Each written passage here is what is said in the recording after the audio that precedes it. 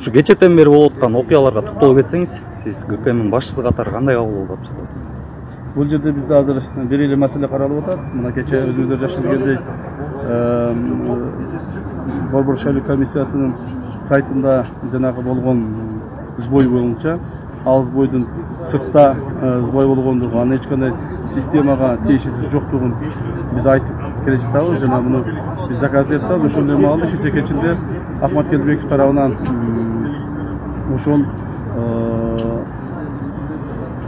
Центризбекомдун иштөө тартибинин схемасын туура эмес маалыматтарды жазып, өзүнчө бир схема түзүп жазып алып, коомчулукка таратып аткандыгы боюнча биз азыр чара көрүп атабыз. Себеби дегенде, бул туура эмес маалыматтар, эч кандай Центризбекомдун схемасы Ахмат Келбеков көрсөткөндөй иштебейт.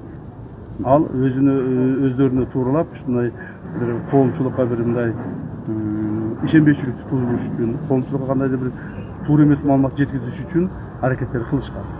Ошондо биз Ахмат Келбековду чакырып, ошо козголгон иштин негизинде ал схеманын туура эместигин жана туура система кандай иштээрин, мамлекеттик системанын мамлекеттик деңгээлде кандай корголоорун жана сакталаарын көргөзүү берип атабыз. Ошо кече Текебаевдин баягы кол салуусу, Текебаевга болгон ошол Ахматбек Келбековдун чакырылышы ГКМга бул баягы ишарат кылуу, баягы тынчыгыла деген ишарат кылуу катары кабылдашып аткандар да бар экен да. Жок, эч кандай ишарат жок. Бул жерде баардыгы мыйзам чегинде каралып атат. Өмүрбек Чүкечке жасалган баягы эме боюнча, кылмыштуулук боюнча кылмыш иши козголгон. Ички иштер министрлиги тергеп атат. Кылмышкерлер кармалды. Жана мындан ары дагы ал иш аягы тергелет. Бүгүнкү күндө коопсуздук кандай деп ойлойсуз? Коопсуздук бир жакшы, эч кандай кооптонууга жагдай жок.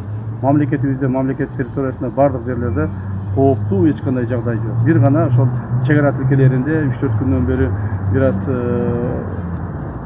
мындай кооптонуулар пайда болуп атат. Бирок аны биз оперативдик иштер менен бүтүрүп атабыз. Мына кечинде дагы Баткен районунун Көкташ айылында кыргыз жана тажик чек арачылары менен жергиликтүү бийлик органдарынын башчылары менен жолугуп, түнкү саат 1-де жолугушуу аяктады. Себеби ошол жерде кечинде мынтыктар атылып, адамдар кыргыз тарап бир адамды, тажик тарап бир адамды өздөрүнүн чек араларына киргизип кетишкен. Ошолордо алмаштыруу боюнча жана кооп сактоо боюнча иштер жүргүзүлүп атат. Алардын эсебинен баары жакшы азырынча. Чек ара бекем, эч кандай мындай чек ара бузулган жок. Бирок кооптонуу бар. Аны биз башка моюнга алышыбыз керек. Ал эми коомдук бүгүнкү кырдаал боюнча эч кандай бир кооптоно турган кырдаал жагдай жок. Бардыгы эле жакшы. Мен ойлоймун, 1-2 күн ичинде Борбор шайлоо комиссиясы колдон жанагы колдон эсептөө боюнча жыйынтыгын чыгарат. Кооптонууга эч кандай негиз жок. Жанагы 70 киши жана маршруткалар менен жүргөндөр боюнчачы, алар эмне кече Текебаевга кол салгандары, булар кооптонууга негиз жокпу? Кол салуу боюнча Текебаев кол салган эмес, Текебаев менен кимдир бирөөлөр урушуп кеткен. Ал жерде Текебаев катайы келип кол салып, Текебаев кандайдыр бир каршылык көрсөткөн эмес. Текебаев менен кимдир бирөө урушуп кеткен. Ошонун азыр ички иштер министрлиги иликтеп атат. Текебаевга кол көтөргөндүгү боюнча уже бир адам кармалды.